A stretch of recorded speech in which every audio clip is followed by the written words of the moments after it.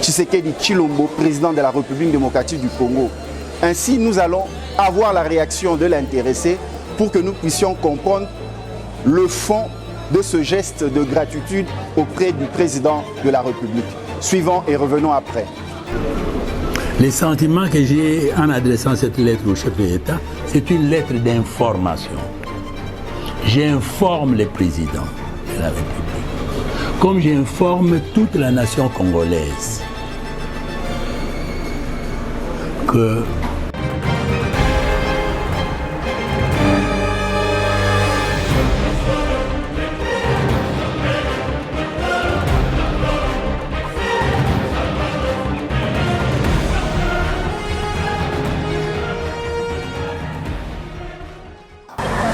de partout où vous nous suivez, soyez le bienvenu dans votre nouveau numéro de votre magazine.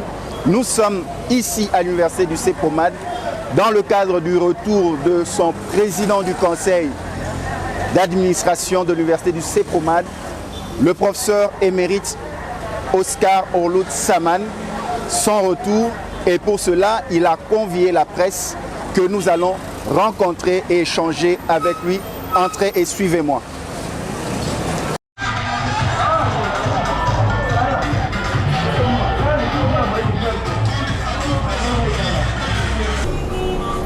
À son Excellence, Monsieur le Président de la République, chef de l'État, avec l'expression de mes hommages les plus déférents. Copie pour information, à son Excellence, Monsieur le Premier ministre, chef du gouvernement, avec l'expression de ma haute considération. À son Excellence, Monsieur le ministre de l'Enseignement supérieur et universitaire, Monsieur le secrétaire général à l'ESU, Monsieur le directeur chargé de l'ESU privé, tous à Kinshasa, Gombe. Concerne la présentation du trophée Top 100 meilleure université du monde en innovation, en sciences de l'éducation. Excellence, Monsieur le Président, avant toute chose,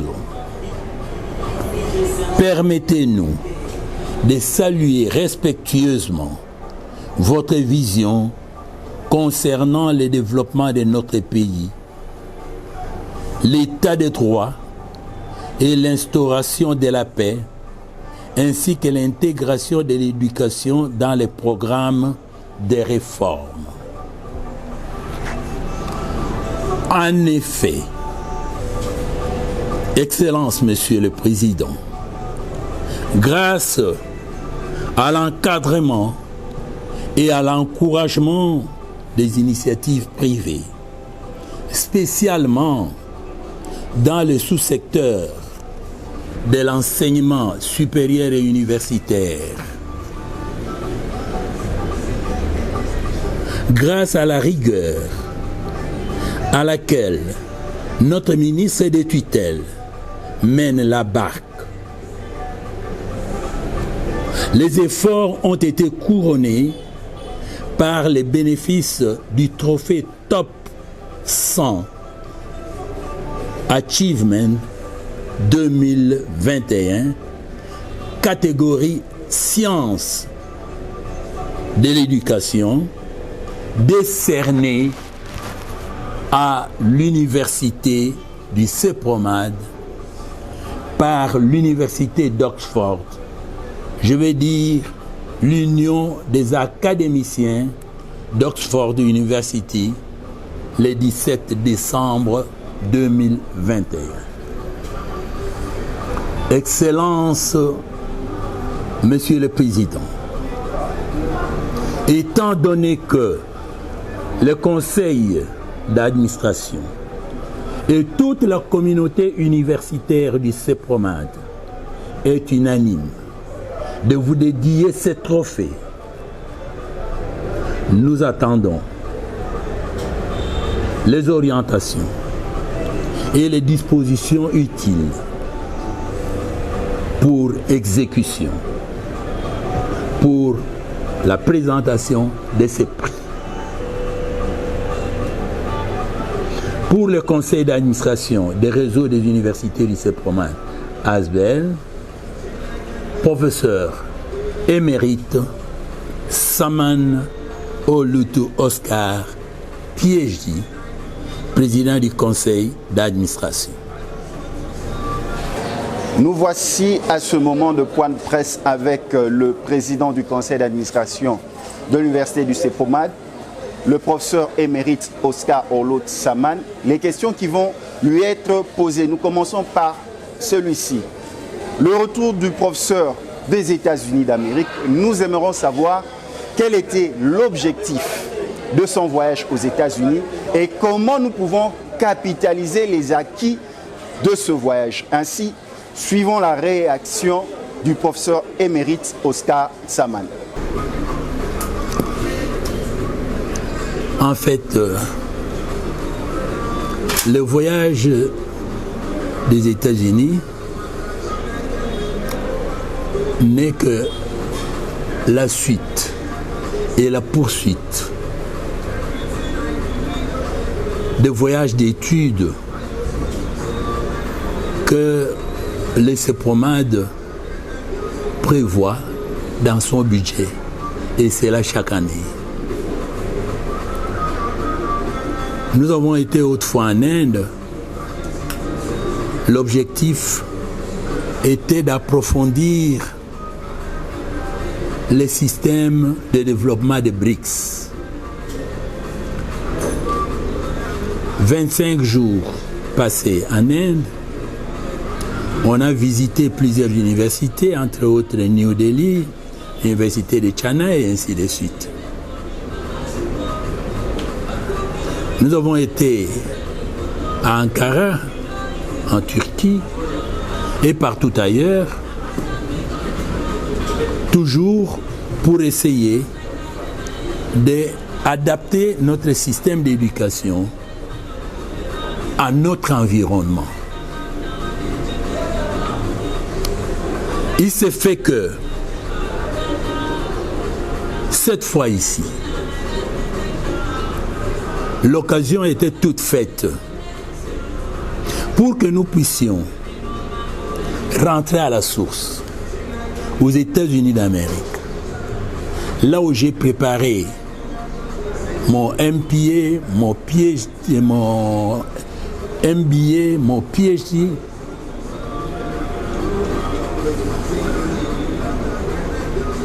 À Maxwell School, classé premier du monde en management public. Consultez Google.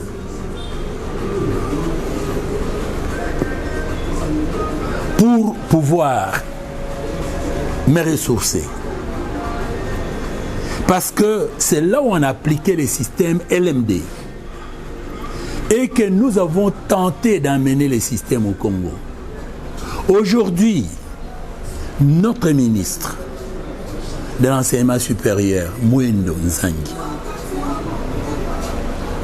a franchi la ligne rouge, a pris l'audace d'organiser ce qu'on appelle les états généraux de l'enseignement supérieur. Normalement, c'est tous les 5 ans qu'on doit organiser ça, pour voir comment réajuster les systèmes de formation. Mais pendant 25 ans, le dossier était en train de traîner dans les tiroirs. Ce ministre a osé. Il a réuni plus de 600 savants de ce pays, des professeurs d'université, des gens des experts, tant nationaux qu'internationaux, qui s'occupent des problèmes de l'enseignement. Eh bien, après débat et considération, dans le 8 panels qui étaient organisés, on a dégagé un certain nombre de résolutions. Plus ou moins 300. C'est-à-dire, c'était en fait sorte de guide, sorte de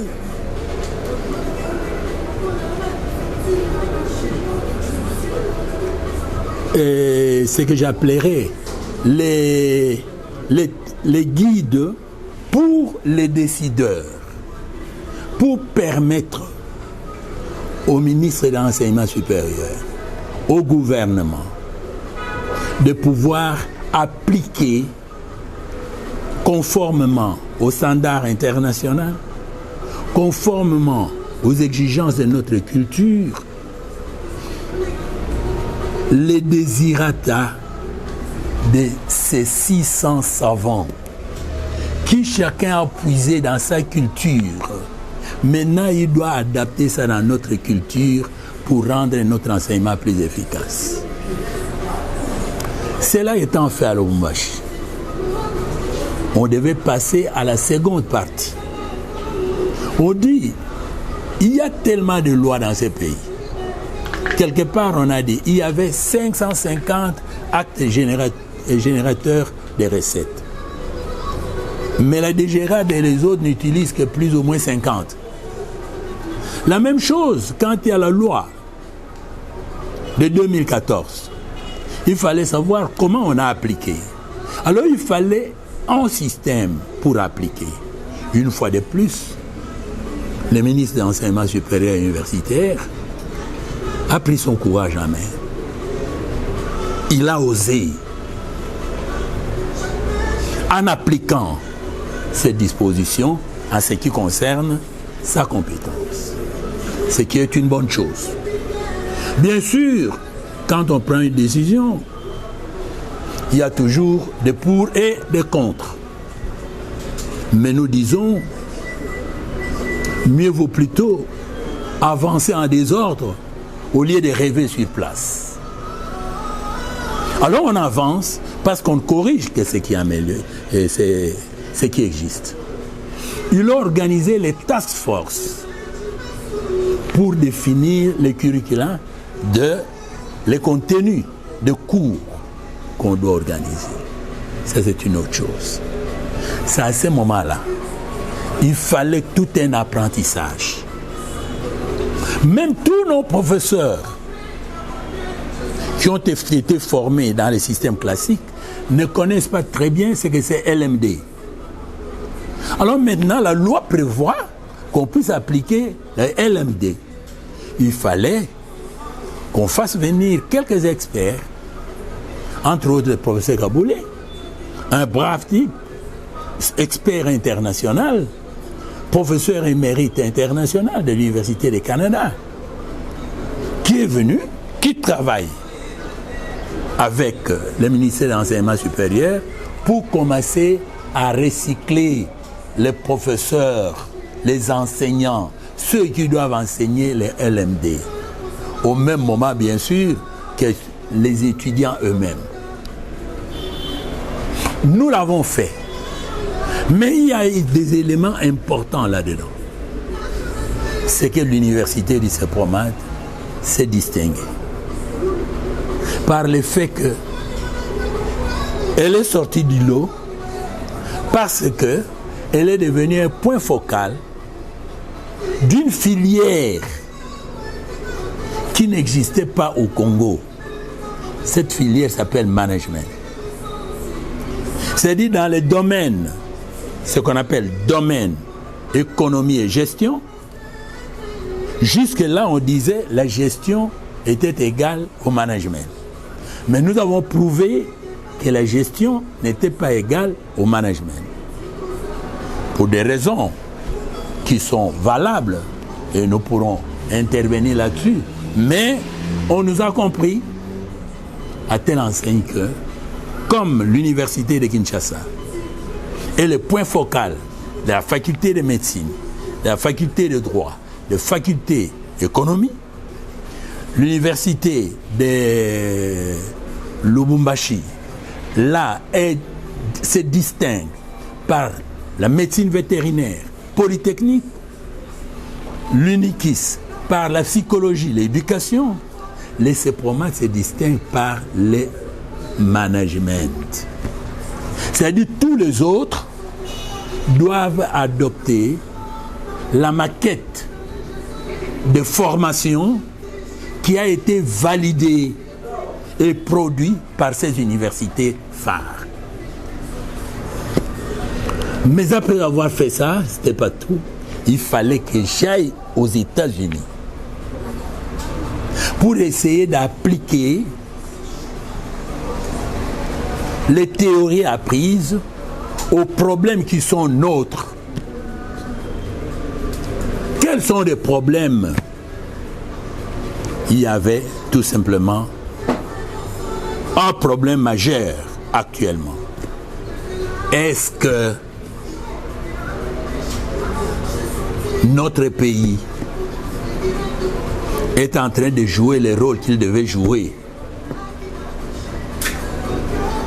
Les gens se pointent du doigt pour chercher qui a tort, qui a raison dans la descente en enfer du pays. Quelle est la contribution que nous pouvons faire pour qu'on puisse sentir que l'universitaire peut contribuer au développement de son pays? Alors nous sommes partis avec un objectif. Chercher une personne célèbre qui a pu faire son histoire en appliquant certaines théories de management. Et nous avons choisi deux. La première personne, c'était JFK, c'est-à-dire Kennedy, le président Kennedy qui était tué en 1960, c'est ça. Deuxième personnalité qui a appliqué ce que nous pouvons éventuellement appeler une théorie, nous reviendrons là-dessus, c'est la famille Ewing à Dallas.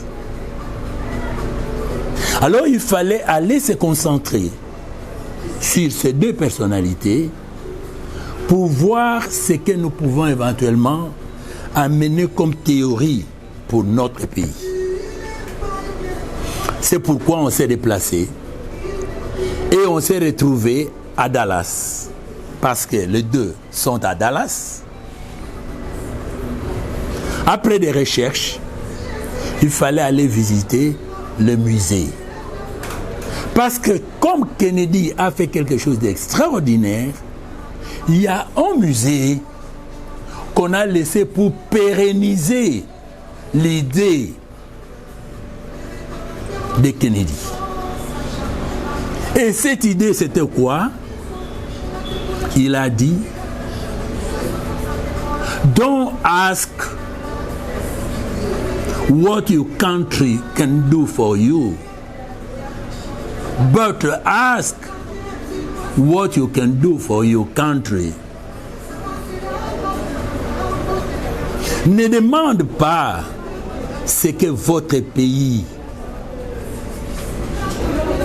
peut faire pour vous, mais demande ce que vous pouvez faire pour votre pays. Ça, c'était la première théorie qui a marqué les Américains. Alors maintenant, nous nous sommes dit, quelles leçons nous pouvons tirer de ça? La deuxième théorie, c'est l'application par l'artiste Ewing. Vous savez qu'ici, de temps en temps, quand on dit IGF, on prend des artistes, ils commencent à présenter des scènes. Ils peuvent dire, pour dire aux gens, attention, ne trichez pas, ainsi de suite. Alors, le film qu'Ewing a organisé, Dallas, c'est ce qui correspond à ce que nous appelons le management des résultats. C'est-à-dire pour l'Américain, suivant ces films-là, ce qui compte, c'est les résultats. Pour son pays, il dira, donnez-moi ou je prends. Pour son pays, il dit, donnez-moi ou je prends. Pour l'intérêt, c'est-à-dire l'intérêt supérieur de son pays. Nous sommes allés aussi dans ces ranches, qui est en fait une grande bibliothèque, un endroit de films, de tout ça, où on explique l'application de cette théorie-là, la philosophie, donnez-moi où je prends pour les pays. Et pour Kennedy, ne demandez pas ce que votre pays peut faire pour vous, mais demandez ce que vous pouvez faire pour votre pays.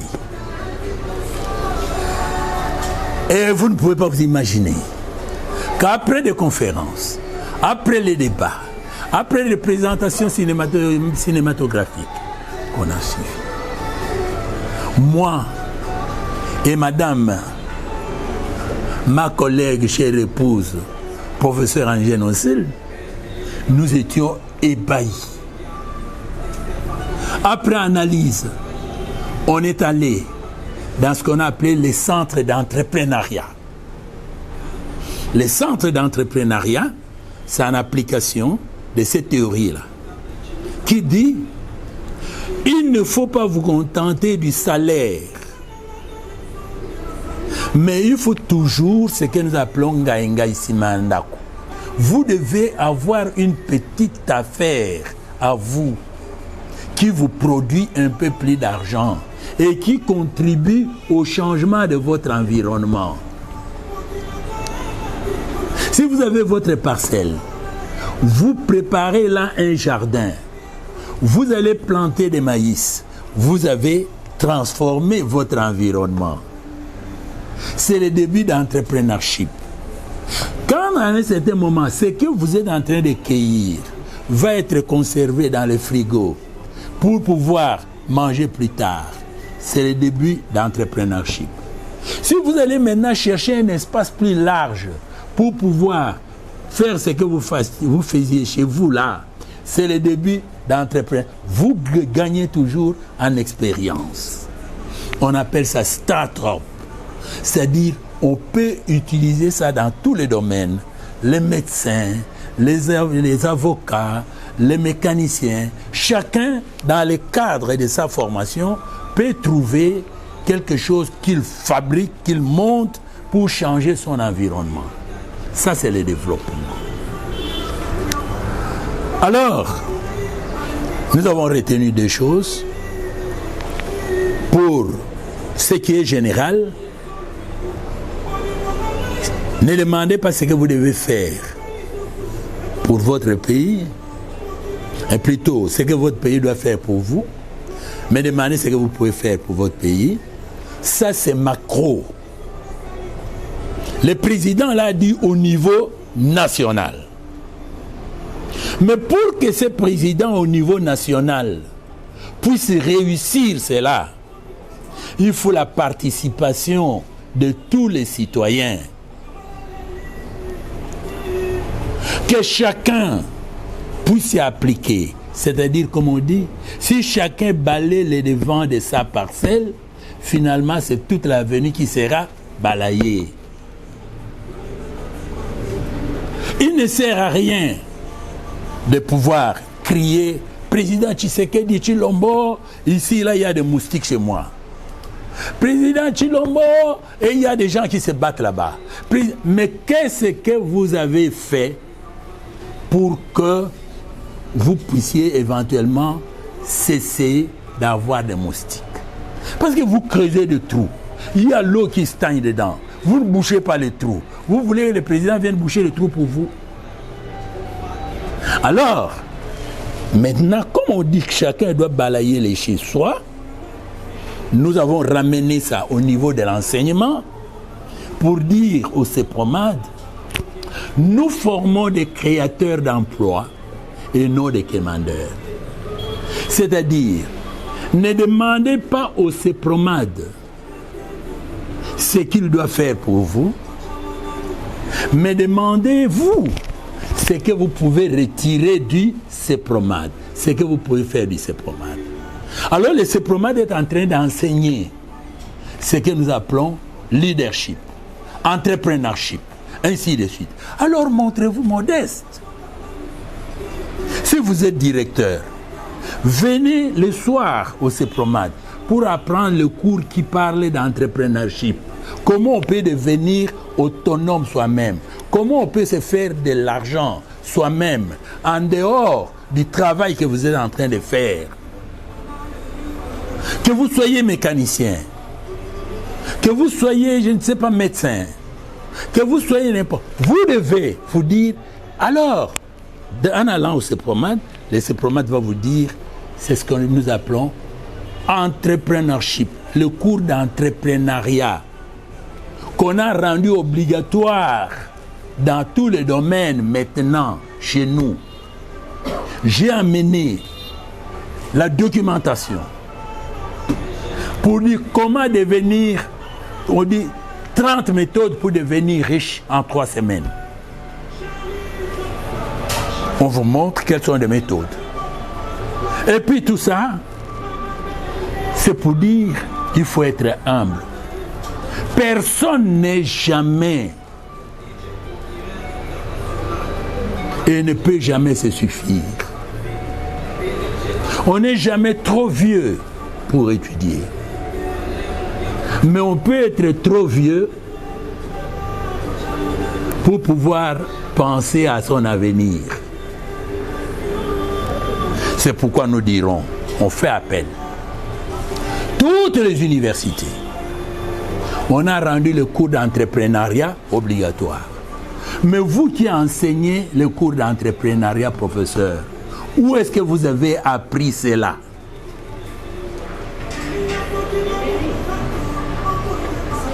Alors c'est pourquoi nous vous disons, c'est la leçon que nous avons tirée.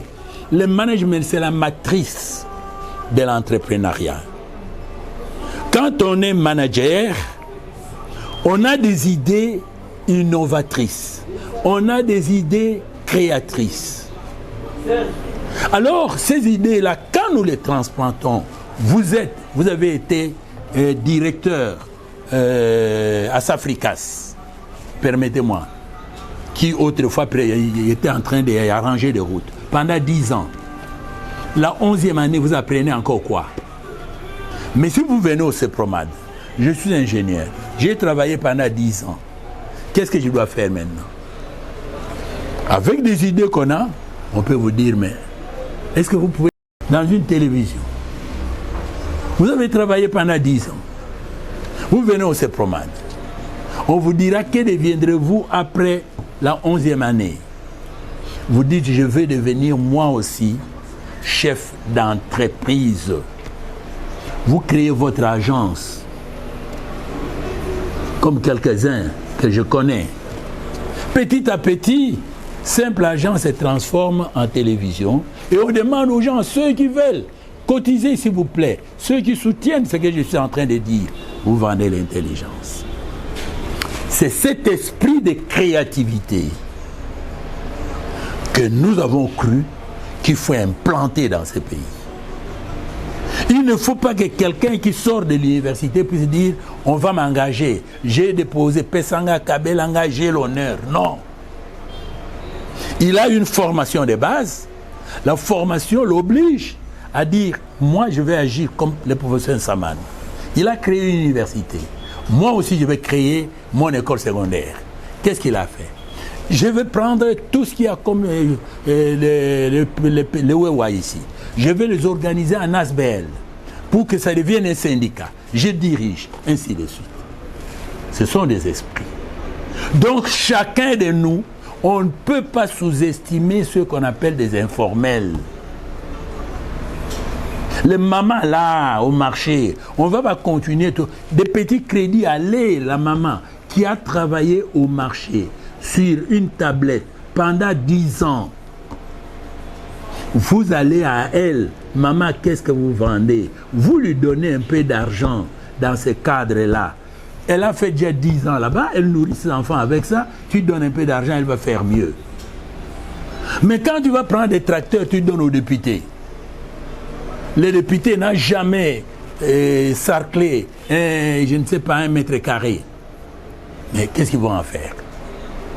Donc, esprit d'entrepreneurship que nous avons retenu pour dire, pour servir son pays, chacun doit se développer et aller. Il y a une loi qu'il faut soutenir, c'est la loi sur la sous-traitance qu'il faut développer et opérationnaliser ça. Alors, Ewing, c'était management par résultat, je l'ai dit. Être déterminé, ne jamais avoir peur, parce que la peur, c'est l'ennemi numéro 1 du progrès. Si vous êtes chef, si vous voulez réussir, il faut être déterminé.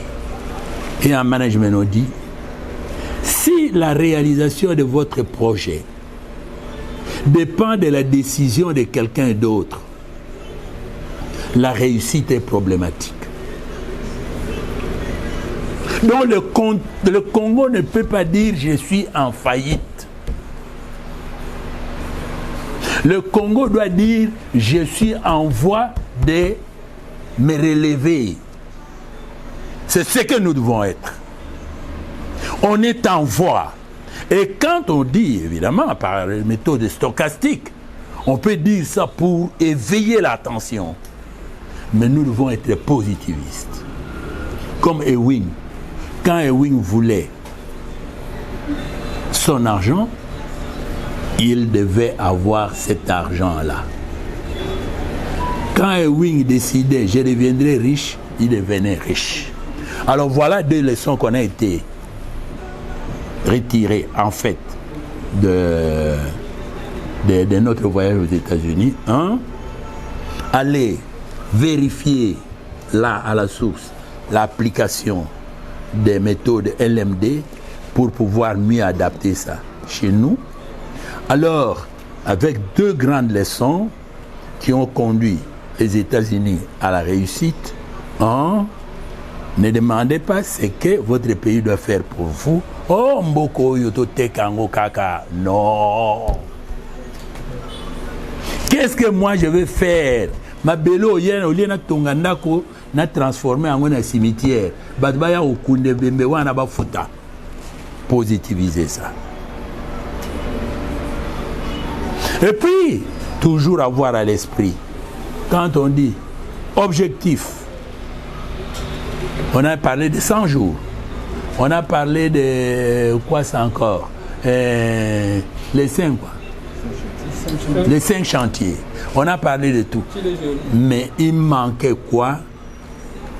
L'opérationnalité, c'est-à-dire nous avons appris qu'il ne faut pas seulement agir, mais il faut apprendre le management stratégique chez nous, c'est-à-dire qui vous permet de voir loin, et ajouter à ça le management opérationnel, qui signifie le suivi et le contrôle de ce qu'on est en train de faire. Sans contrôle, rien ne pourra réussir. Voilà ce que nous pouvons éventuellement partager avec vous, vous dire, si j'ai ramené quelque chose, c'est cet apport.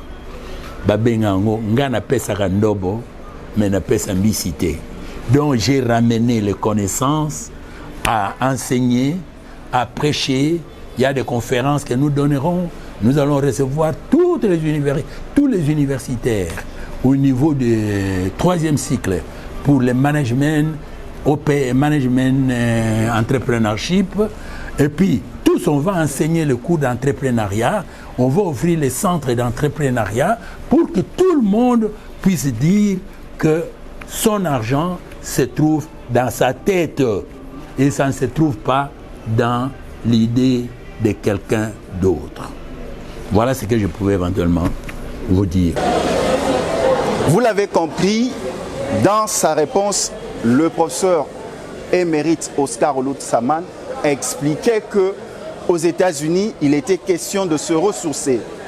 D'aucuns le savent, il a été formé aux États-Unis et il est le premier visionnaire du management ici en République démocratique du Congo. C'est la raison pour laquelle il était au musée à Dallas, il était sur les traces de Kennedy, il était sur les pas d'Ewing pour pouvoir trouver la quintessence de ce renouvellement sur les questions managériales, ce management qui se veut opérationnel pour trouver des solutions en République démocratique du Congo. Concernant la seconde question, qui est de savoir quel est le sentiment qui l'anime en dédiant le trophée reçu parmi les 100 universités auprès de son Excellence Félix Antoine Tshisekedi Tshilombo, président de la République démocratique du Congo. Ainsi, nous allons avoir la réaction de l'intéressé pour que nous puissions comprendre le fond de ce geste de gratitude auprès du président de la République. Suivons et revenons après. Les sentiments que j'ai en adressant cette lettre au chef de l'État, c'est une lettre d'information. J'informe le président de la République, comme j'informe toute la nation congolaise, que la Bible dit, on meurt par quoi? Manque de connaissances. S'il y a beaucoup de choses que nous manquons ici, c'est par manque de connaissances. Au moment où on se trouve ici, il se fait que par manque de connaissances, nous ne sommes pas fiers de nous. Rare est un Congolais qui peut dire « Je suis fier d'être Congolais dans mon pays, je suis là ». Mais les 89%, oh, votre Congo, oh, ceci, cela, ainsi de suite. Et pourquoi? Par manque de connaissances. Pour preuve, ce sont les mêmes qui disent tout ce que vous avez comme alimentation ici, ça appartient aux Indiens. Et ces gens-là sont venus avec une petite valise, il est devenu maintenant milliardaire. Il a volé notre argent. Mais quand il a volé cet argent, vous étiez où?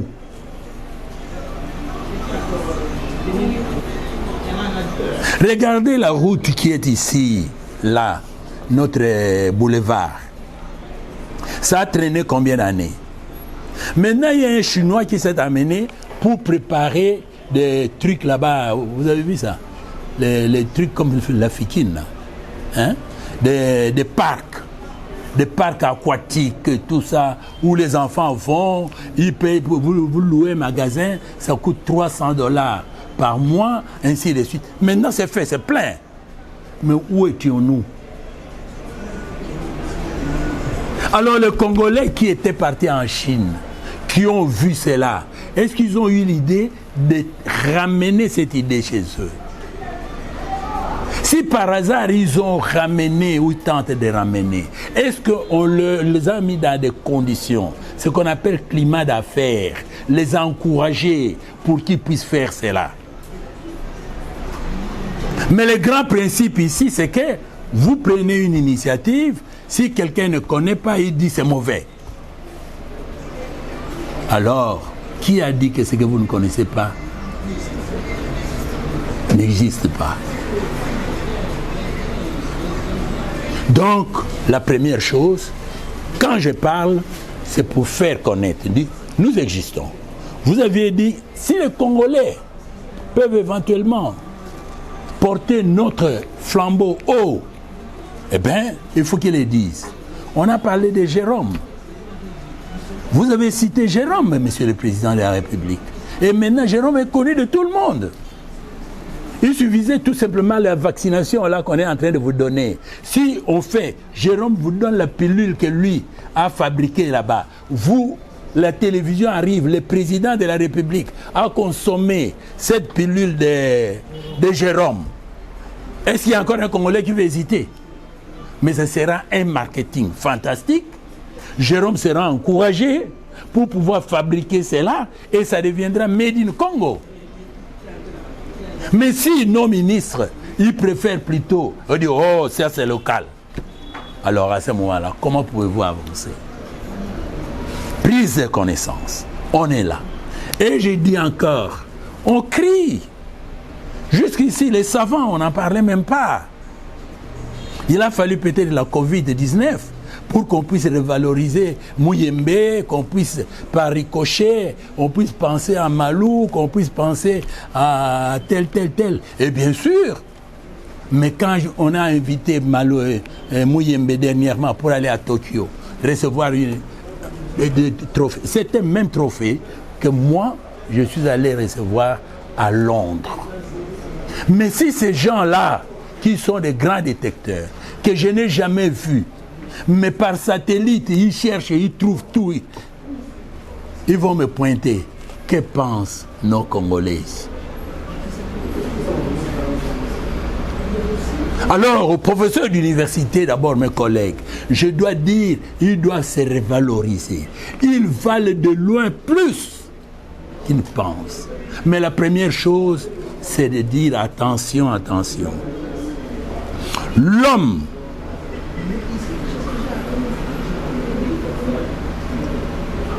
intellectuel parle de théorie,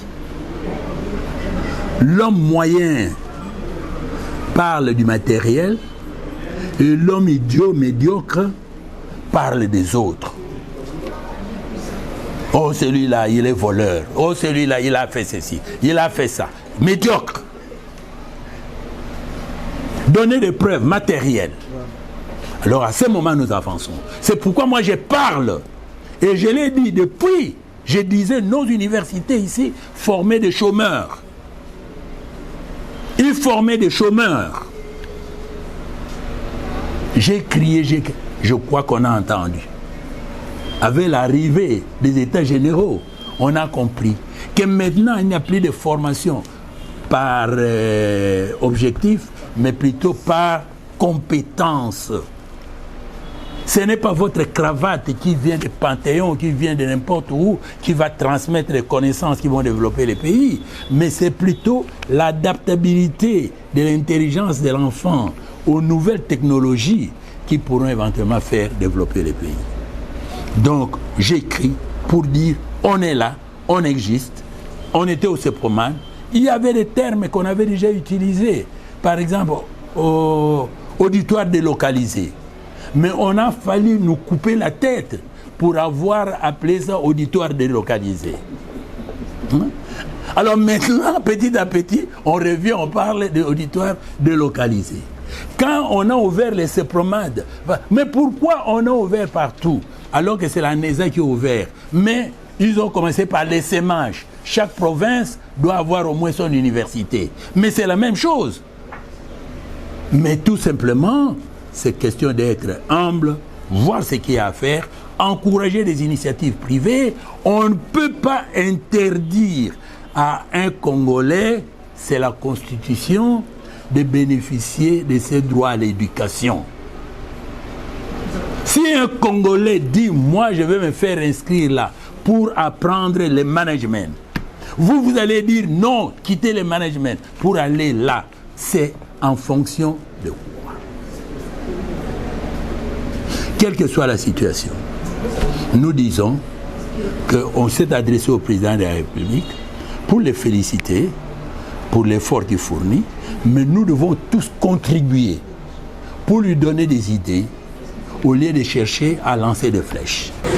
Sur les questions concernant les problèmes qui touchent la République démocratique du Congo, notamment ces mouvements de grève avec les professeurs d'université, cette question a été évoquée. Et comme vous le savez, le chef de l'État a fait un don des bus aux étudiants de la République démocratique du Congo, dont le premier lot a été doté aux étudiants de Kinshasa. Quelle est sa réaction? Est-ce que, par exemple, pour la question des étudiants, les étudiants des universités privées sont des étudiants privés ou appartiennent aussi au public? Et par rapport à la grève des enseignants, des professeurs d'université, quel est le message? Suivons en réaction le professeur Saman Oscar Olutz et revenons après. Là, il y a deux volets de questions. La première, les professeurs sont en grève. Je ne sais pas ce que vous voulez que je puisse vous dire. Est-ce que moi aussi je dois être en grève ou ne pas être en grève? Est-ce qu'ils ont raison d'être en grève ou pas? Moi je dirais, les professeurs utilisent le droit, qui est un droit fondamental, qui les protège. Donc, si les engagements ne sont pas respectés, les professeurs, suivant leur organisation, doivent chercher, non à détruire, mais à construire. Mais on peut construire aussi en éveillant l'attention de quelqu'un et lui dire, vous êtes responsable, il faut respecter vos promesses. Et plus, leur montrer comment on peut les faire. Je vais vous donner un exemple. Peut-être ça va révolter certaines personnes. Mais ma foi, je le fais en âme et conscience. Je suis un manager. Nous prenons un cas, parce que tout le monde l'a dit. Le cas des RAM. Vous avez entendu ça? Tout le monde a crié RAM, RAM, RAM, RAM. C'est-à-dire le problème était quoi? On était en train d'imposer une taxe illégale, soi-disant, peu importe, sur la population. Mais la population, quelle population? Une population sélectionnée. Ceux qui détenaient des cellulaires. En supposant que ce sont eux-là qui ont des moyens pour pouvoir payer cette taxe. Ils ont commencé à payer. Maintenant, on prend conscience que ça dégageait beaucoup d'argent. Et celui qui a compris que ça dégageait beaucoup d'argent, il attaque. Mais l'effet d'attaquer, et c'était constructif ou destructif.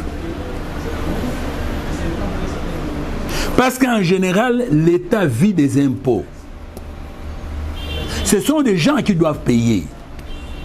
Maintenant, par cette voie-là, RAM, les gens ont commencé à faire quoi? À payer. Vous découvrez que c'était illégal. Alors, vous, l'attitude de celui-là était supprimer ça. Mais mon attitude serait de légaliser ça. Est-ce que vous comprenez? J'allais dire légaliser ça. Si l'argent était détourné, on arrête celui qui volait l'argent, mais on prend cet argent, on dit, les professeurs, ils sont en grève. On va affecter ça pour les paiements des professeurs. Alors ceux qui sont habitués à payer cette taxe, ils vont payer la taxe pour résoudre un problème réel du pays. Au lieu de dire non, ne payez plus la taxe, ne payez plus, ainsi de suite. Voilà un esprit managérial pour pouvoir construire les pays. Alors à ce moment, ne me demandez pas si les professeurs ici entrent en grève, ils ont tort, ils ont raison. Moi je dirais maintenant, je crois qu'ils sont en train de défendre leurs droits, mais si c'était moi, si on pouvait éventuellement donner ça, ça y est. Si on pouvait demander où nous trouvons l'argent pour faire ça, ça serait encore quelque chose de positif. C'est pourquoi au niveau du Parlement, il y a ce qu'on appelle budget prévisionnel et budget programme. Quand le président, l'actuel gouvernement est entré, le budget est parti de X milliards, la Banque mondiale, ou je ne sais pas, le Fonds monétaire a rabattu ça à combien? À 4 milliards ou 5 milliards. On a retravaillé. Maintenant, ça monte à combien? À 10 milliards. Même pays, même personne. Hier, le budget c'était 4 milliards. Un an après, ça double. Et qui vous dit qu'un an après, ça ne doit plus être triplé? Qui vous dit que ça, ainsi de suite? Donc, ça dépend des types de budget et des types d'hommes que vous placez là pour faire marcher les choses. Alors, pour les bus qu'on est en train de distribuer, je crois que c'est une bonne chose pour moi. Doter les étudiants peut-être de facilités de transport. Bien que c'est une question d'option. Dans l'État de Texas, aux États-Unis, il n'y a pas de transport public. Il n'y en a pas. La raison, c'est quoi? Chacun doit avoir sa voiture. Comme c'était un état pétrolier, ça vend du pétrole. Alors il faut pousser les gens à acheter quoi? Des gaz. Et pour qu'ils puissent acheter du pétrole, il faut qu'ils aient des voitures. Donc il n'y a pas de bus de transport. Bien sûr, à New York, là où j'étais, il y en avait. Ailleurs, il y en a, mais à Texas, Dallas, là où nous étions, il n'y en a pas. C'est une option. Alors ici, on a pris une option. Ou bien les étudiants ont un moyen de transport, ou bien ils n'en ont pas. Depuis un certain temps, avant, on avait. Après, ça n'a pas été. Maintenant, il y a quelqu'un d'autre qui a remis ça pour dire bourse d'études. Ça n'a pas marché. Et puis maintenant, quand on tente encore avec des bus, maintenant, il faut être sûr que ces bus seront amortis après 4-5 ans. Et je ne sais pas, 3-4 ans. Alors être sûr que vous serez capable d'avoir des réserves pour pouvoir faire quoi? Renouveler. Si vous ne renouvelez pas, vous aurez provoqué encore ou préparé une autre grève. Donc prendre une décision qui se retourne contre vous. Mais en ce qui concerne l'utilisation, moi je crois, ça je le dirai à haute voix, et je crois que c'est normal, les bus, il n'y a pas d'étudiants publics et d'étudiants privés. Il y a des établissements privés parce que c'est initié par les privés, mais d'utilité publique. Par conséquent, nous observons, nous croyons qu'il n'y aura pas de discrimination pour ça. Et nos étudiants devront au moins bénéficier aussi de cet avantage-là. S'il n'y en a pas, eh bien, nous allons voir si nous avons le droit de revendiquer aussi comme Congolais. Et les enfants pourront éventuellement prendre leurs responsabilités. Et pour terminer cet échange avec la presse congolaise, au bureau du président du conseil d'administration de l'université du CEPOMAD, nous avons maintenant la parole qui est adressée au professeur Hansine, qui explique la quintessence de ce diplôme, qui explique la quintessence des prix reçus par l'université du CEPOMAD pour son savoir-faire dans le secteur de l'enseignement. Suivons le professeur Hansine pour clôturer cet échange avec la presse. Suivons et revenons après. Finalement, ça devient une habitude de l'université du CEPOMAD. Hier, on parlait de International Socrates Award qu'a décroché l'université du CEPOMAD à Londres auprès de Oxford University. Aujourd'hui, une fois de plus, secteur des talents que nous n'avons pas invité, mais qui plutôt sélectionne l'université du CEPOMAD selon leurs enquêtes. Et cette fois, l'université du CEPOMAD a été listée. Elle a été classée parmi les 100 meilleures universités du monde en matière d'innovation. Sciences de l'éducation. Dans le domaine des sciences de l'éducation. C'est une fierté pour l'université du CEPOMAD. C'est une fierté pour les managers. Et voilà, c'est ça. C'est pourquoi nous nous réjouissons. Être classés parmi les 100 meilleurs du monde, ce n'est pas une mince affaire. Les Congolais, les universités congolaises, vous le savez, ont toujours l'habitude de se plaindre. Pourquoi dans les rankings, les universités congolaises n'apparaissent pas?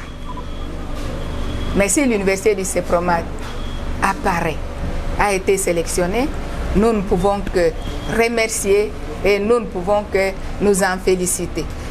De toutes les façons, les efforts n'ont pas encore abouti parce que nous avons le devoir et la responsabilité de nous perfectionner, de fournir des efforts encore et davantage pour ne plus jamais reculer et être toujours présent là où la science l'exige.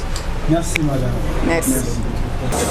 Voilà, très chers téléspectateurs, nous étions ici à l'université du CEPOMAD, à la maison mère de Massina, où nous avons échangé cet avant-midi avec le président du conseil d'administration de l'université du CEPOMAD, le professeur émérite Oscar Olout Saman. Vous le savez, c'est vrai, beaucoup peuvent douter, mais le travail se fait. Le chef de l'État a interpellé tout ce Congolais épris de soucis de pouvoir faire décoller le Congo, de se mettre au travail. Et à l'université du CEPOMAD, c'est un exemple à suivre avec ces trophées de mérite reçus depuis Londres. Et nous avons aussi échangé par rapport au retour du professeur Olout Oscar Saman ici à Kinshasa. Il était en mission. Il était allé se requinquer aux États-Unis à Dallas par rapport à une nouvelle impulsion à donner au management en République démocratique du Congo. C'est déjà la fin de notre programme. Nous vous disons merci de partout où vous nous avez suivis. Restez branchés à nos programmes. Que Dieu vous bénisse.